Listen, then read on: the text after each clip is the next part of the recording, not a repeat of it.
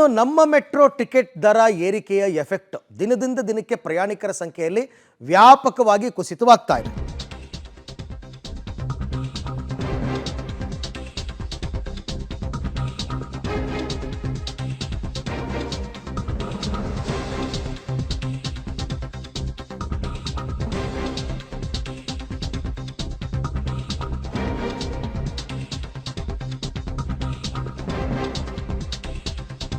ನಮ್ಮ metro ticket ದರ ಏರಿಕೆಯ ಎಫೆಕ್ಟ್ 5 ಲಕ್ಷಕ್ಕೆ ಇಳಿದಿದೆ ನಮ್ಮ ಮೆಟ್ರೋ ಪ್ರಯಾಣಿಕರ ಸಂಖ್ಯೆ.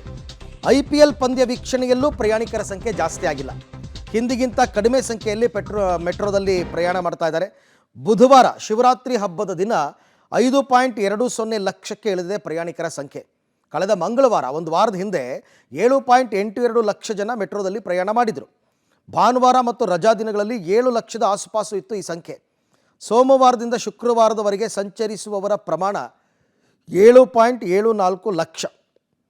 ಅಂದರೆ ಅರ್ಥ ಏನಂತಂದರೆ ದಿನೇ ದಿನೇ ಮೆಟ್ರೋ ಪ್ರಯಾಣ ಮಾಡುವವರ ಸಂಖ್ಯೆ ಇಳಿಕೆ ಆಗ್ತಾ ಇದೆ ಅಂತಕ್ಕಂಥದ್ದು ಗೊತ್ತಾಗಿದೆ. ಯಾಕೆಂದರೆ ಏಕಾಏಕಿ ಅವರು 40%, 50%, 100% ಕೆಲವು ಕಡೆ ಎಲ್ಲ ಟಿಕೆಟ್ ರೈಸ್ ಮಾಡಿಬಿಟ್ರು. ಮಾಡಿದ್ದು ₹5, ₹10 ಆದರೆ ಜಾಸ್ತಿ ವಿಪರೀತ ಮಾಡಿಬಿಟ್ರು.